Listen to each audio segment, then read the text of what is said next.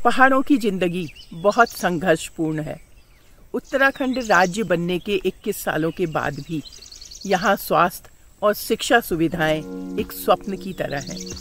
सुदूर ग्रामीण एक आदिवासी जिंदगी जी रहा है। शहरी रहन सहन उसे आकर्षित करता है और वो अपने बच्चों को वो जिंदगी देना चाहता है जिससे वो कोसों दूर रहा है, और फिर वो बच्चे उसी सोच के साथ बड़े होते हैं। हाय एवरीवन, आज आपको ले चलती हूँ उत्तराखंड के नैनीताल डिस्ट्रिक्ट में स्थित चाफी गांव। चाफी घाटी में बसा हुआ छोटा सा गांव है। चारों ओर ऊंची ऊंची पहाड़ियां, स्प्रिंग फेड नदी गांव की सुंदरता में चार चांद लगाती है। यहाँ तरह तरह की बर्ड्स आपको देखने को मिल जाएंगी। आप उनकी आवाज भी सुन सकते हैं। ये गांव रस्टिक फार्मिंग के लिए जाना जाता है। यहां से off season vegetables, English vegetables, सलाद लीव्स एक्सपोर्ट होती हैं। हॉर्टिकल्चर फार्म्स कार्नेशन, लिलियम और बहुत तरीके के कट फ्लावर्स का प्रोडक्शन करते हैं। आज यहां आने का पर्पज है पशु चिकित्सक डॉक्टर दीपाली द्वारा आयोजित कैंप का अवलोकन कर पशुपालन से संबंधित जानकारी हासिल करना। डॉक्टर, मेरा आपसे एक क्वेश्चन है कि पहले जो था इधर उत्तराखंड में हर फैमिली में पशु हुआ करते थे, लेकिन अब देखने को मिला है कि यहाँ के लोग भी जो मार्केट वगैरह में जो पैकेट वाला मिल्क आता है वही यूज करना प्रेफर करते हैं। तो लोगों का रुझान इस ओर कम क्यों हुआ है? इसका जवाब ये है कि लोगों का रुझान इसलिए कम हुआ है क्योंकि लोग जो है वो मेहनत थोड़ा कम करना चाहते हैं। लोगों का रुझान फैक्ट्रीज वगैरह की तरफ ज्यादा है। लोग चाहते हैं कि हमें डेली इनकम उनसे मिलती रहे, क्योंकि पशुपालन जो है वो थोड़ा लेबोरियस काम है। और लोग जो है, कई बार लोगों ने ये भी कोशिश करी कि हम लेबर रख के उस काम को करना चाहें, लेकिन वो बहुत कॉस्टली पड़ता है, महंगा पड़ता है। लोग इतना उसमें शो नहीं करते। दूसरा, जो आज के परिवेश में उनका क्योंकि परिवर्तन हो रहा है, वहाँ पे बाहर से जो जैसे शहरों से कोई लेडीज आ रही हैं या कुछ भी इस प्रकार के लोग हैं, तो उनमें शहरीकरण ज्यादा हो गया है। लोग घर की बनी वस्तु को इतना ज्यादा प्रमोट करना नहीं चाहते, पहला।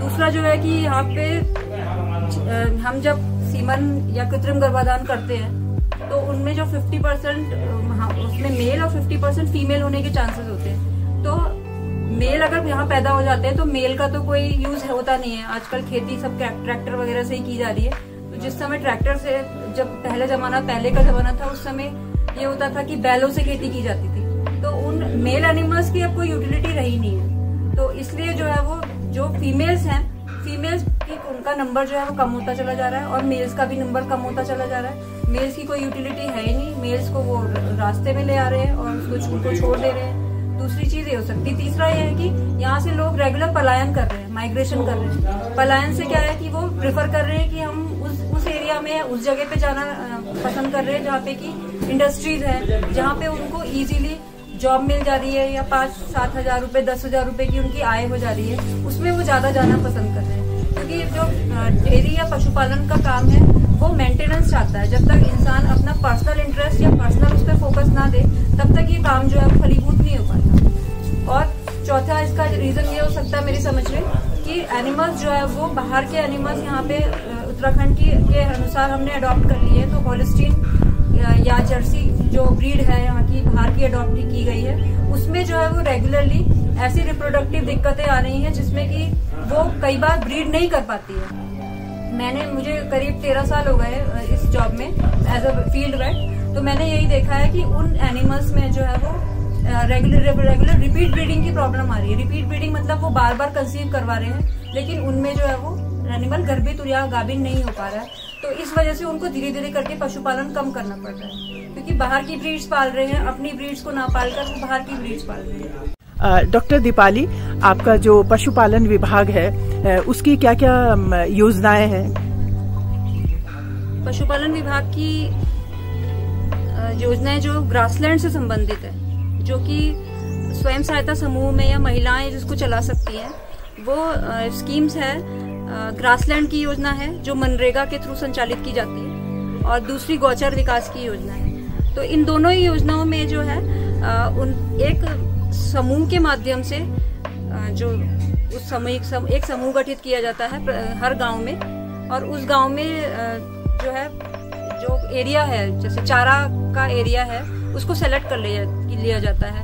वो प्रेफरेबल साइट होती है हर गांव की, जिसको कि प्रस्ताव के माध्यम से सेलेक्ट किया जाता है। जैसे 3 हेक्टेयर या 4 हेक्टेयर या 5 हेक्टेयर का एरिया उस गांव में सेलेक्ट कर लिया जाता है, और उस एरिया को फिर ग्रासलैंड या चारा उपयोगी जो घासें हैं उसमें बोई जाती हैं, पेड़ लगाए जाते हैं, और वो 3 से 4 वर्ष में वो इतनी घास वहां उत्पन्न हो जाती है। नेपियर घास हो गई, बांज के पेड़ हो गए, बांस का पेड़ हो गया, और जो दूसरे भीमल इत्यादि जो चारा उपयोगी वृक्ष हैं, ऐसे वहाँ पे बोए जाते हैं। समय समय पे वहाँ पे उन्हीं लोगों के माध्यम से, उसी स्वयं सहायता समूह के माध्यम से वहाँ पे वृक्षारोपण किया जाता है, और उसमें चारा उपयोगी जो भी वृक्ष या घासें उत्पन्न होती हैं उनको वो महिलाएं काटकर अपने पशुओं को खिला सकती है। इसके लिए उनको अन्यत्र कहीं जाने की जरूरत नहीं होती है। उसी ग्रासलैंड के 5 हेक्टेयर या 4 हेक्टेयर के सेलेक्टेड एरिया में वो घास काटेंगी, और उनको फिर वो आगे चल के उस कमेटी के माध्यम से उसका वो क्रय भी कर सकती है। डॉक्टर, एक बात और बताइए कि यहाँ पे आपको एज अ डॉक्टर क्या लगता है कि जो ग्रामीण हैं उन लोगों को किस तरह से अवेयर करने की जरूरत है, किस तरह से उनको क्या नॉलेज की कमी है उन लोगों को पशुपालन के रिगार्डिंग? बिल्कुल, यहाँ के मैंने देखा है कि जैसे मैं विकासखंड भीमताल में पोस्टेड हूँ, तो कई ग्राम सभाएं ऐसी हैं जो कि विकासखंड के मुख्यालय के बिल्कुल नजदीक हैं। उनमें जागरूकता की कमी नहीं है, उनको लगभग सभी योजनाओं की जानकारी रहती है, लेकिन दूरस्थ क्षेत्र है, जैसे हम अभी चाफी में आए हुए हैं, या अलचौना है, ताड़ा है, या इससे भी सुदूरवर्ती बान्ना इत्यादि दूसरे गाँव में है, तो उनमें जो है वो जागरूकता की अभी भी कमी है। ऐसे कई गाँव हैं जो कि अभी भी हमसे कटे हुए हैं। तो हमारी कोशिश पशुपालन विभाग के माध्यम से ये रहती है कि हम उन गाँव को सेलेक्ट करें जहाँ पे कि जन जागरूकता बहुत ही कम है। लोग ब्लॉक मुख्यालय में आ भी नहीं पाते, और अपनी समस्याएं भी हम तक नहीं पहुंचा पाते, ना ही वो हमारे जो विभागीय स्कीम्स हैं वो उनके बारे में भी उनको नहीं जानकारी रहती। तो हमारी कोशिश रहती है कि उन गाँव में हम जाके कैंप लगाएं, शिविर के माध्यम से गोष्ठियां करें, जिससे कि उनको समय समय पर वो जागरूकता वहां तक उन तक पहुंचाई जा सके। डॉक्टर राठौर, ये जो जितने भी पशु होते हैं इनकी जो टैगिंग की जाती है, इसका क्या प्रयोजन है? एक्चुअली अभी पहले जो टैगिंग का था, टैगिंग जो होती थी एनिमल्स में, वो जैसे किसी का इंश्योरेंस करना है तब टैगिंग होती है। लेकिन आज अभी जो हमने जो टैगिंग का जो बनाया है, ये इसके पीछे ये है हमारा वो उद्देश्य कि एक तो जो आवारा जानवर छोड़ देते हैं लोग, है ना, तो अगर टैग हम देखते हैं उनका, तो टैग से वो जो शहरी क्षेत्रों में जैसे अगर कोई जैसे रजिस्ट्रेशन कर दिया हमने, सारे एनिमल्स की टैगिंग कर दी, तो उससे क्या है कि हमें पता चल जाएगा, टैग से ही पता चल जाएगा कि किस ओनर का है और किसका है।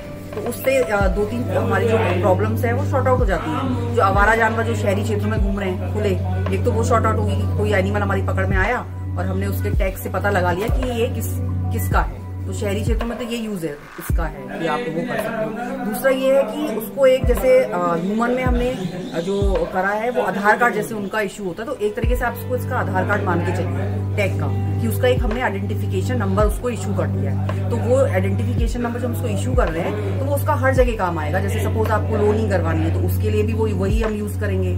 सपोज आपने वो उसका इंश्योरेंस करवाना है तो उसमें भी वो यूज हो जाएगा टैग नंबर जो हम उसको इशू करें। डॉक्टर, लेकिन इतना कुछ होने के बावजूद भी, चाहे आप शहरी एरिया में भी कहें, अगर मैं भीमताल की बात करूं, तो वहां भी सड़कों में काफी पशु जिनकी टैगिंग हुई होती है वो घूमते हुए दिखते हैं। मतलब 8-10 के झुंड में घूमते हुए वो दिखते ही हैं, जो कि दुर्घटना का एक बहुत बड़ा कारण हो सकती है। तो उसके पीछे एक्चुअली नगर पालिका या नगर जो लोकल बॉडीज जिनको हम कहते हैं, जो शहरों में नगर पालिका करती है और नगर निगम है, नगर पालिका है, या जिला पंचायत जो है वो ग्रामीण क्षेत्रों में करती है, तो उनका कार्य होता है कि अगर उनको कहीं टैग ऐसा दिखता है तो वो उसको जो है हॉस्पिटल से उसका पता लगाए कि किस टैग नंबर से कौन सा किसका इशू है, तो वो अगर पता चलता है तो वो उस आदमी को आइडेंटिफाई करके तो उसके कर सकते हैं उस चीज को, या तो उसको वो पहुंचाएंगे, चालान काटेंगे, या उसको गौशाला में पहुंचाएंगे। भारत सरकार की जो पशुपालकों के लिए योजना चल रही है, अग्रणीय योजनाओं में जो है वो है हमारी पशुधन बीमा योजना, जिसका की फायदा सभी पशुपालकों को होना चाहिए। और ग्रामीण क्षेत्र में अभी इसकी अवेयरनेस काफी कम है, और हम इसको कैंप के द्वारा जगह जगह पे कैंप लगा के लोगों को जागरूक बना रहे हैं, क्योंकि लोगों में भ्रांति है कि केवल लोनिंग, क्योंकि पहले ये था कि लोनिंग वाले ही केवल इंश्योरेंस करवा सकते अपने एनिमल्स का, बट अब ऐसा नहीं है। चाहे लोनिंग आपको करवानी हो या ना करवानी हो, आप जितने एनिमल्स हैं उनका लोन आप उनका इंश्योरेंस करवा सकते हैं। दूसरा बिंदु इसमें ये है, जो भ्रांति है लोगों में कि भाई केवल दुधारू पशु का होगा, अब वो वाला भी जो है हमने इसमें जो बीमा जो नया वाला आया है उसमें ऐसा कोई भी ऐसा नहीं है, आप किसी का भी करा सकते हैं। जितने भी आपके, जैसे अगर खच्चर है, घोड़ा है, पिग्स हैं, गोट्स हैं, दुधारू जानवर आपके जितने हैं, गाय भैंस, वो तो थे पहले भी इंक्लूड थे, बट अब सारे जानवर केवल कुत्ते और बिल्ली को छोड़ के आप सारे लाइफ स्टॉक का अपना इंश्योरेंस उसमें करवा सकते हैं। और उसमें काफी सब्सिडी है APL के लिए और BPL के लिए, SC के लिए और हिल के लिए अलग और प्लेन्स के लिए अलग। तो उसका फायदा जो है ग्रामीण पशुपालक जो है उसका फायदा ले सकते हैं। पशुपालन को अगर एक सकारात्मक सोच के साथ किया जाए तो इसे आजीविका का साधन ही नहीं बल्कि व्यवसाय बनाया जा सकता है। पढ़ा लिखा युवा जब इस ओर रुख करेगा तो वो इस दिशा में क्रांति ला सकता है, क्योंकि वो इंफॉर्मेटिव है, वो रिस्क टेकर है और वो टेक्नो सेवी भी है। उसकी सूझबूझ वो परिवर्तन ला सकती है जो सरकार इन 21 सालों में लाने में नाकामयाब रही। डॉक्टर दीपाली, जो आजकल का पढ़ा लिखा युवा है उसके लिए अनएम्प्लॉयमेंट बहुत बड़ा एक प्रॉब्लम है उसके लिए, तो क्या पशुपालन एक लुक्रेटिव व्यवसाय हो सकता है पढ़े लिखे युवा के लिए? बिल्कुल हो सकता है, क्योंकि आमतौर पे जब हम पुराने तरीके से जब हम पशुपालन करते थे, हर किसी के घर में कम से कम 5-7 पशु हुआ करते थे, और वो भी बहुत हमारी जो प्रिमिटिव नस्ल है, उत्तराखंड की जो बद्री नस्ल है, वो हम पालते थे, जो कि 1-1, 2-2 लीटर का दूध का उत्पादन करती थी, और उनपे हालांकि मेंटेनेंस काफी कम लगती थी, लेकिन उनका दूध जो है वो इस प्रकार का नहीं होता कि उसको इतनी मात्रा में उत्पन्न नहीं होता जिससे कि उसको बाहर वो डेयरीज वगैरह में उससे एक व्यवसाय कर सके या उससे एक आय सृजित कर सके। तो अब जो है वो, क्योंकि ये काम जो थे वो हमारे पूर्वज करते थे, हमारे बड़े बूढ़े दादा लोग ये सब करते थे, तो अब जो है वो, क्योंकि वो इतने ज्यादा पढ़े लिखे भी नहीं होते थे, उनके पास इतनी टेक्निकल नॉलेज भी नहीं हुआ करती थी कि कैसे उन्नत पशुपालन किया जाए। अब जो है हमारे युवा जो पढ़ लिख के आगे बढ़ के ट्रेनिंग भी ले रहे हैं, डेयरी की ले रहे हैं, पशुपालन की ले रहे हैं, तो उनके लिए तो ये बहुत ही अच्छा मेरे ख्याल में एक व्यवसाय है कि वो अब अपनी टेक्निकल नॉलेज को उस पशुपालन से जोड़कर उससे और ज्यादा गुणवत्ता वाले पशु पालकर अच्छा दूध उत्पादन कर सके। डॉक्टर, लाइक गवर्नमेंट ने रिसेंटली लॉन्च किया है कि जो कल्याणी घसियारी योजना है वो उत्तराखंड के जो 11 पहाड़ी डिस्ट्रिक्ट हैं अब वो सभी में लागू हो जाएगी, और जो ग्रामीण महिलाएं हैं उनको जो पैक्ड हरा चारा है वो मिलना शुरू हो जाएगा। तो अब मुझे ये बताइए कि किस तरह से उस योजना का फायदा उठाते हुए पशुपालन को का एक्सपेंशन किया जा सकता है, क्या क्या प्रोबेबिलिटीज हैं? एक तो आपने कल्याणी घसियारी योजना के विषय में बताया, जिसमें कि साइलेज जो हमारा जो चारा उपलब्ध है हमारे खेतों में, उसको प्रिजर्व किया जाए, ऐसे सीजन के लिए प्रिजर्व किया जाए जिस समय उस चारे की किल्लत होती है या शॉर्टेज होती है। तो साइलेज के माध्यम से, साइलेज जैसे कि पुराना कॉन्सेप्ट है, इतना एकदम नया कॉन्सेप्ट नहीं है, लेकिन ये उत्तराखंड के जिलों के लिए ये नया कॉन्सेप्ट है।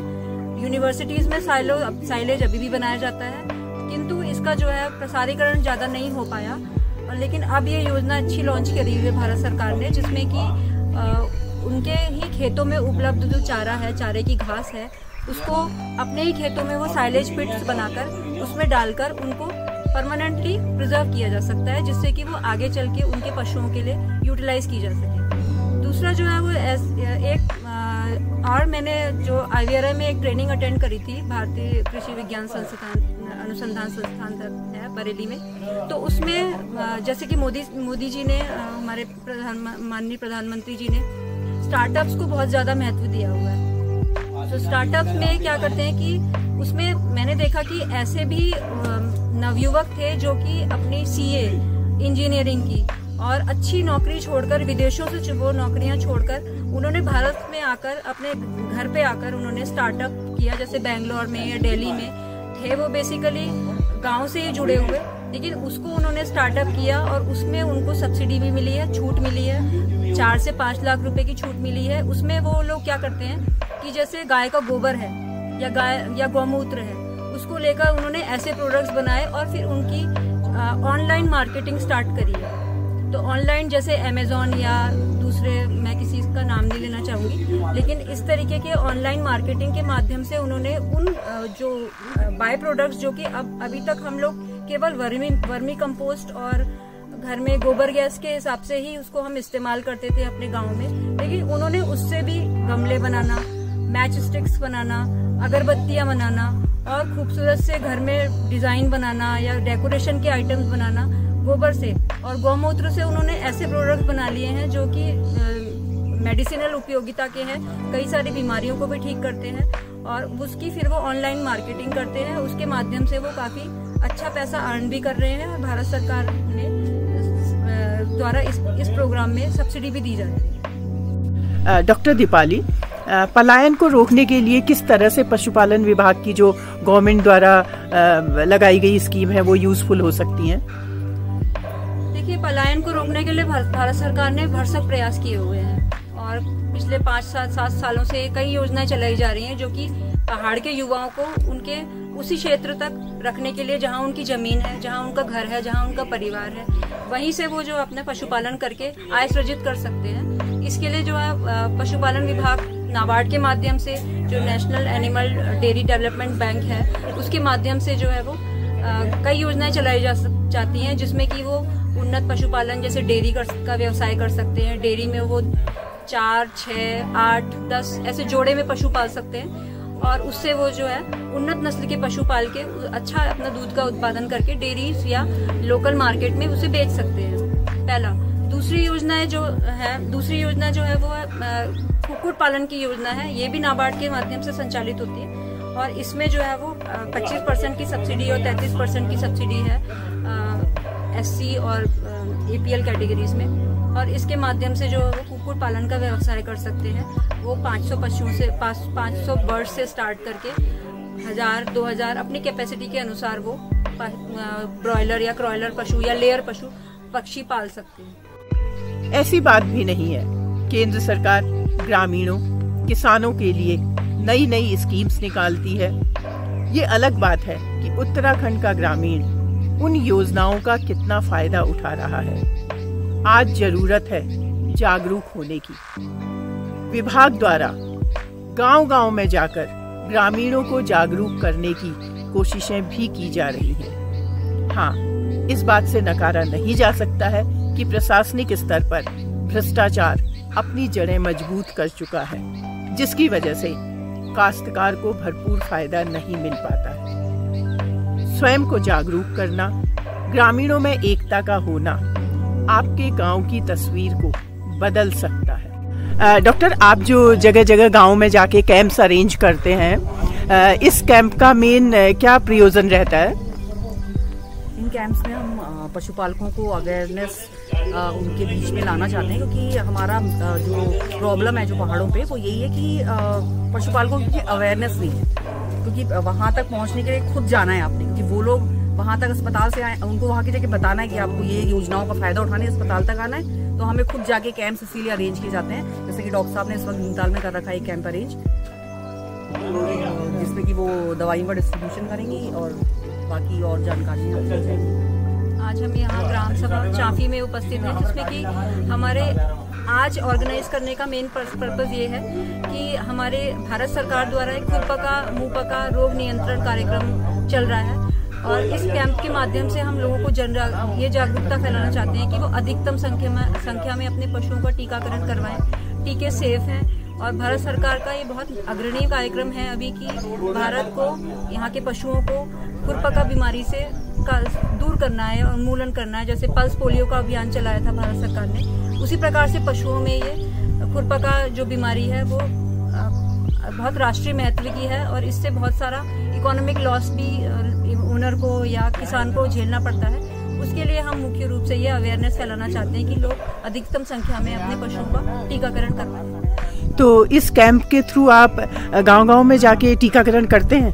जी, इस कैंप के माध्यम से हम जैसे हमने आज अवेयरनेस कर दी और हम आज से 1 या 2 दिन बाद ग्राम प्रधान से बात करके इस ग्राम सभा को सेलेक्ट करके उनसे हम ये कह देंगे कि या यहाँ प्रचार प्रसार कर देंगे कि अगली 4 तारीख को या 6 तारीख को यहाँ पर टीकाकरण का कार्यक्रम किया जाना है। सभी लोग अपने वहाँ उपस्थित रहें, अपने पशुओं को बांध के रखें और पशुओं में टैगिंग भी करवा लें और अपना जो महत्वपूर्ण अभिलेख हैं जैसे कि आधार कार्ड है, उनका छल्ला नंबर है, ये सब रेडी रखें ताकि हमारा रिकॉर्ड मेंटेनेंस भी साइड बाय साइड चलता रहे, क्योंकि हर पशु की ऑनलाइन एंट्री होनी है कि इसका वैक्सीनेशन हो चुका है। एज अ डॉक्टर आपको क्या लगता है कि गांव वालों में कितनी अवेयरनेस है पशुपालन के रिगार्डिंग? पशुपालन के रिगार्डिंग अवेयरनेस कम ही है। जो हमारे दुर्गम या अति दुर्गम इलाके हैं, जैसे शहरी क्षेत्र हैं या तराई के क्षेत्र हैं, वहाँ तो अच्छी खासी अवेयरनेस रहती है लोगों में, क्योंकि वो अस्पताल के चक्कर लगाते रहते हैं। बट दुर्गम और अति दुर्गम में क्योंकि पशुपालक अपने बड़ा मुश्किल होता है उन लोगों के लिए आना जाना और वहाँ थोड़ा सा दिक्कत होती है, तो इसलिए वो क्योंकि अस्पतालों के चक्कर नहीं लगाते हैं तो अवेयरनेस कम होती है। क्योंकि जब अस्पताल में आएंगे पशुपालक तभी उनको जब पता चलेगा, वहीं से योजनाओं का ऑब्वियसली पता चलेगा। जब मीटिंग्स अटेंड करते हैं तो गांव के लोग कम ही आते हैं। जैसे कोई ब्लॉक में कभी कोई मीटिंग्स अरेंज करी जाती हैं या किसी अधिकारी से मिल रहे हैं वहाँ, तो इस वजह से दुर्गम और अति दुर्गम इलाकों में ज़्यादातर हमारा ये रहता है मोटिव कि हम जाके वहाँ पे जो है कैंप्स करें और कैंप से अवेयरनेस फैलाएं लोगों में, ताकि वो खुद ही उनको पता चले योजनाएं, जो चीज़ वो वहाँ आके नहीं पता कर पा रहे हैं उनको यहीं पे पता चल जाए कि आखिर पशुपालन विभाग या हमारा क्या विभाग कौन कौन सी योजनाएं चला रहा है और उनके लिए कौन कौन सी योजनाएं लाभकारी है। डॉक्टर राठौर, ये अब आप क्या करेंगे? इनको क्या वैक्सीनेशन देने वाले हैं आप इनको? इनको भी जो वैक्सीन हम लगाएंगे वो फुट एंड माउथ डिजीज होती है, जो पशुओं की संक्रामक बीमारी होती है, बड़ी तेजी से फैल जाती है। तो इसको जो है भारत सरकार की तरफ से जो हमारा अभियान चल रहा है FMD सिटी वाला, इसमें हम जो है वैक्सीन जो है सारे एनिमल्स को उसमें कवर करेंगे। तो इस वक्त ये जो कैंप भीमताल में लगाया गया है, इसमें अभी जो है एक करके हम वैक्सीन लगाएंगे, इसको कवर करेंगे यहाँ के एनिमल्स।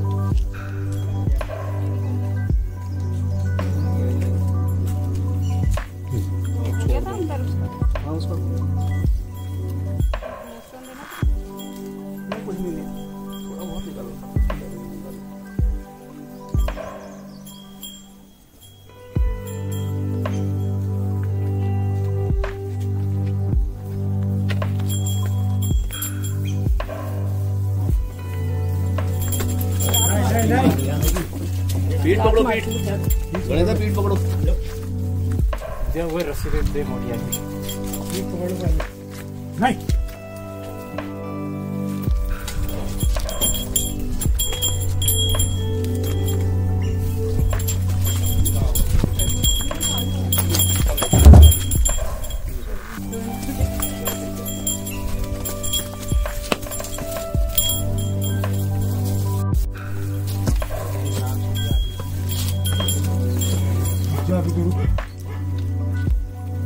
मार को पीछे से ये कैसी है? ये सब पकड़ने पड़ेंगे ऐसी। कोई 8 महीने से ऊपर वाली प्रेग्नेंट तो नहीं है ना? ना ये इसको तो अभी जीने नहीं।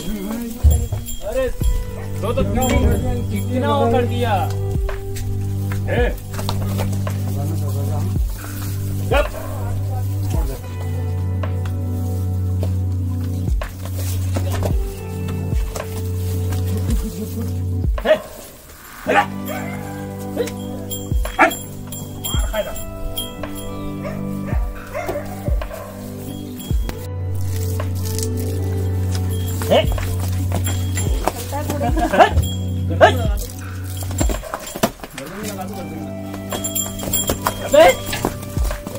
उनके पास कौन जाएगा? हम भी छोड़ दे नहीं होगी तो इतनी सीधी भाई, थोड़ा खुदाने अरे सुमन भाई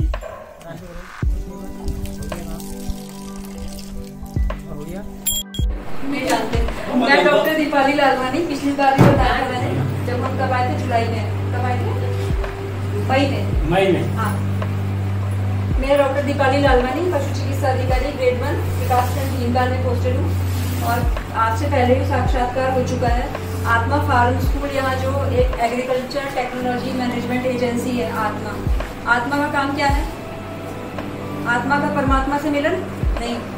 आत्मा मतलब एक है जिसने कई डिपार्टमेंट्स को ज्वाइन कर रखा है, कृषि, पशुपालन, हॉर्टिकल्चर, मत्स्य पालन और सिल्वीकल्चर मतलब रेशम।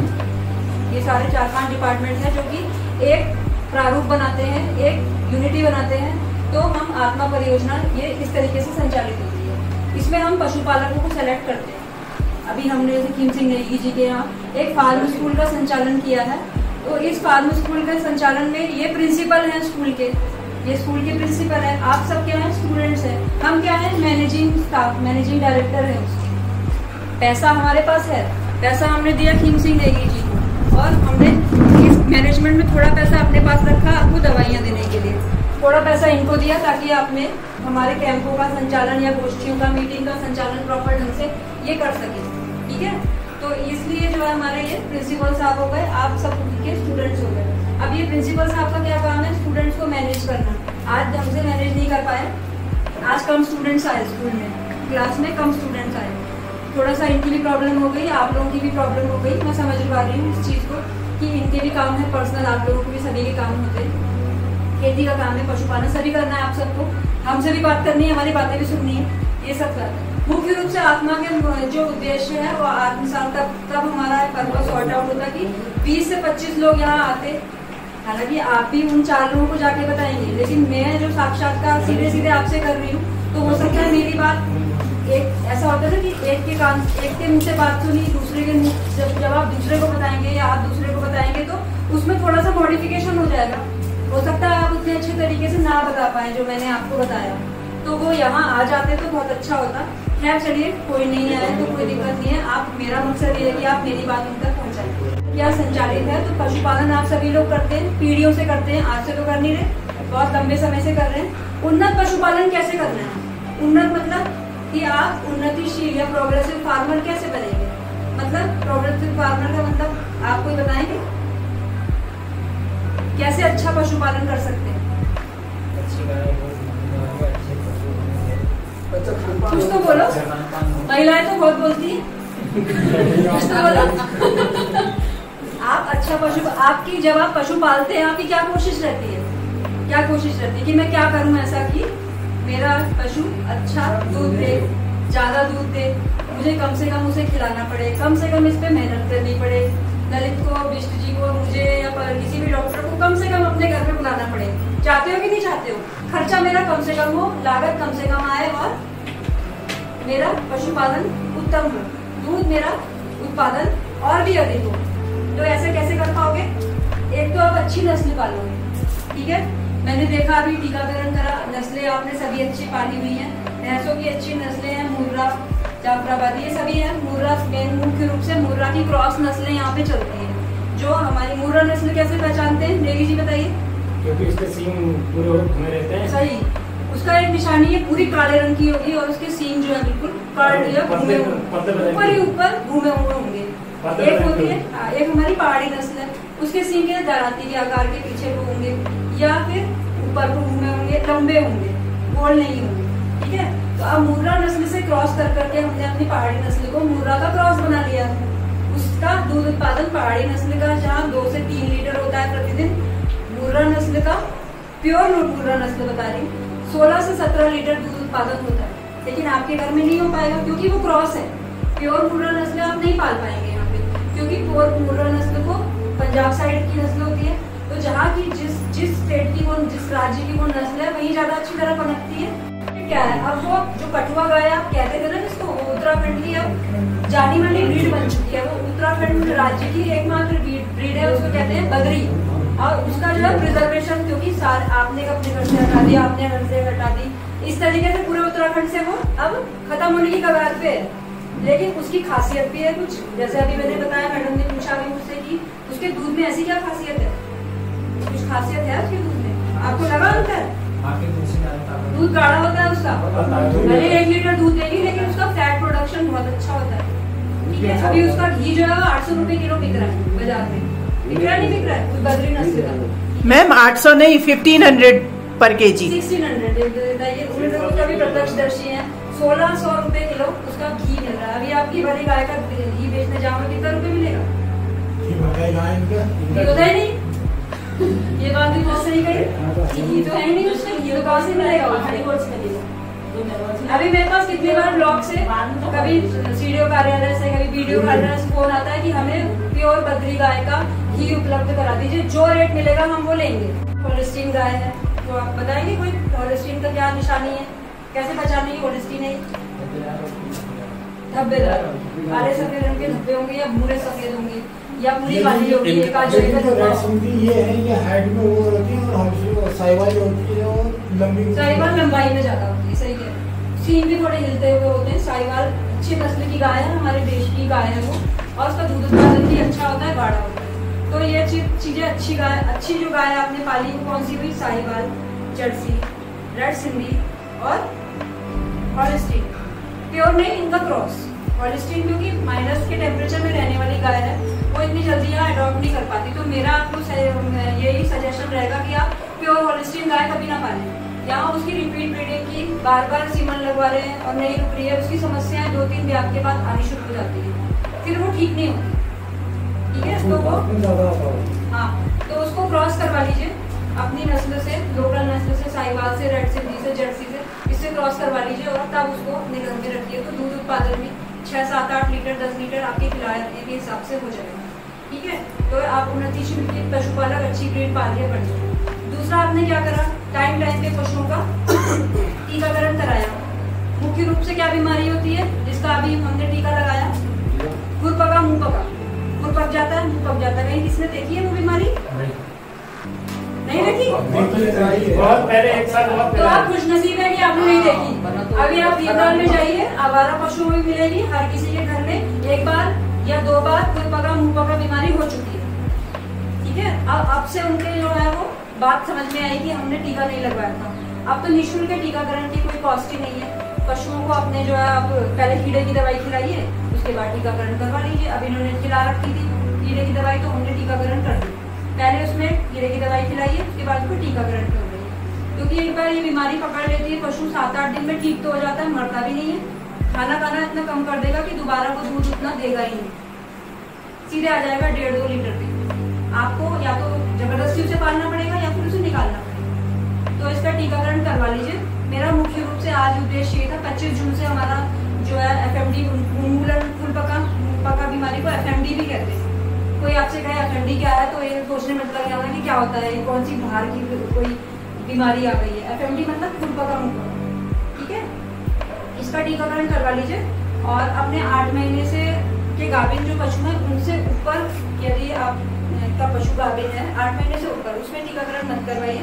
बाकी सब पशुओं में टीकाकरण सेफ है, आप निश्चित रूप से उसे करवा सकते हैं।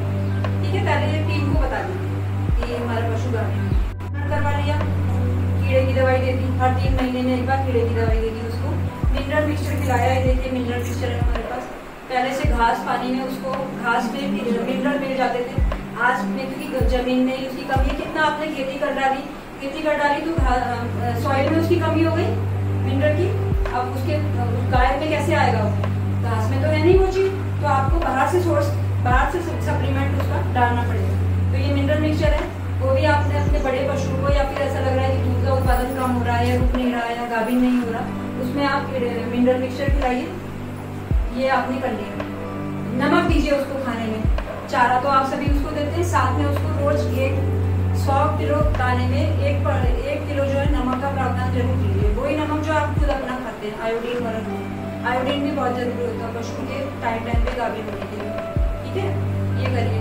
और इसके अलावा कोई प्रॉब्लम हो तो आप पूछिए। बाकी सब साक्षात्कार मेरा आपसे हो चुका है।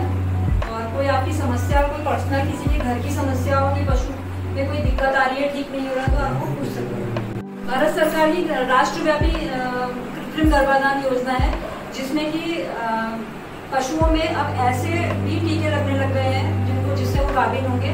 और उसमें जो है उनका जो Y क्रोमोसोम है, जिसकी वजह से बछड़े होते थे या मेल होते थे, उसको लगभग 90% तो उन्होंने खत्म कर दिया उस क्रोमोसोम को। अब जब वो भी आप गाभिन करवाएंगे अपने पशु को उससे, तो उसमें वाई क्रोमोसोम नहीं होगा। और आपके यहाँ जो अगर पशु अगर गर्भित हो जाता है तो 90% केसेस, मतलब 100 में से 90 गायों में, वो 100 गर्भित गायों में से जो 90 हमारी गायें हैं वो क्या देंगी, बछिया उत्पादन होगा या पटिया उत्पादन होगा उसमें से। तो ये बहुत अच्छी स्कीम है, ये अभी सब्सिडी पे भी चल रही है स्कीम। इसको आप लोग, सीमन बहुत कॉस्टली है, लेकिन भारत सरकार ने अपनी फंडिंग से इसको जो है सब्सिडी पे इसको काफी कम रेट्स पे इसको गाँव में उपलब्ध करा होता है। तो आप करेगा उसमें दरारों में छिड़काव कर लेंगे अच्छे तरीके से, तो उसी टाइम वहाँ की किडनियाँ भी मर जाएंगी, बॉडी की भी मर जाएंगी। तो आपको 6 महीने के लिए कम से कम वहाँ किडनियों से निजात मिल जाएगी। किडनियाँ केवल खून चूसती नहीं है पशुओं का, उसके अलावा भी ऐसे कीटाणु अंदर डाल देती है, ब्लड पैरासाइट्स कहते हैं जिनको, जैसे मलेरिया होता है, डेंगू होता है, वो उसके खून में डाल देती है और जानवर फिर ठीक ही नहीं होता। 6-7 महीने में वो मर भी सकता है या तुरंत भी मर सकता है। तो किडनियों को सीरियसली लीजिए। बरसातों के टाइम पे किडनियाँ बहुत होती है, उसके लिए जो है नमक देंगे, तो नमक भी आप रेगुलर नमक देंगे तो देखेंगे कि किडनियाँ नहीं हुई, ठीक है, तो उससे वो कर लेंगे। और कोई प्रॉब्लम तो मैं बैठ जाऊँ, कोई समस्या है किसी की?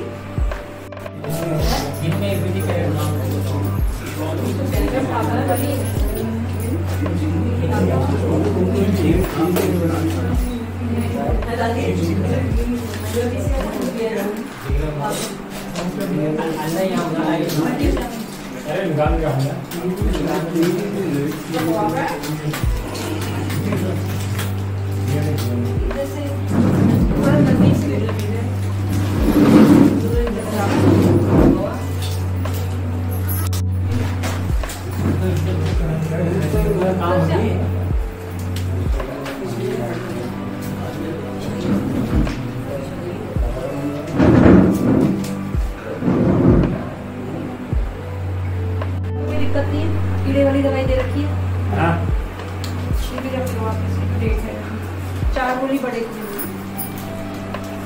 किडनियाँ तो नहीं हो रही, किडनियाँ तो बहुत है। अरे आपने अभी सारे जानवरों को टीका कर दिया, की तो है।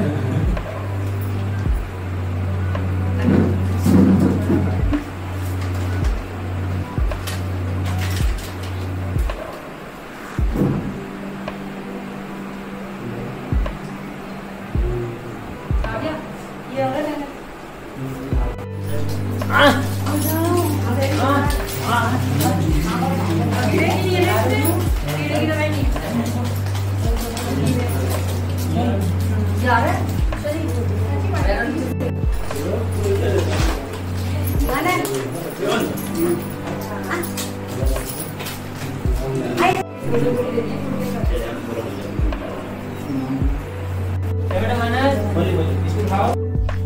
एक ऊर्जावान और एक समझदार व्यक्ति को अपने गांव का मुखिया बनाइए, अपनी सोच को बदलिए, भ्रांतियों से दूर रहिए। सरकारी योजनाओं का भरपूर फायदा आपको क्यों नहीं मिल पा रहा है, उसकी वजह खोजिए। केवल निजी फायदे के बारे में मत सोचिए, संगठित रहिए। प्रशासन भी मजबूर होगा आपको आपका हक देने के लिए। अगर आपको वीडियो अच्छी लगी, please like and share it. और अगर आप चैनल पर नए हैं तो चैनल को सब्सक्राइब करिए। फिर मिलती हूँ एक नई सोच, नई खोज के साथ आपके अपने ही YouTube channel Manjusha an influencer में। Stay blessed, stay positive.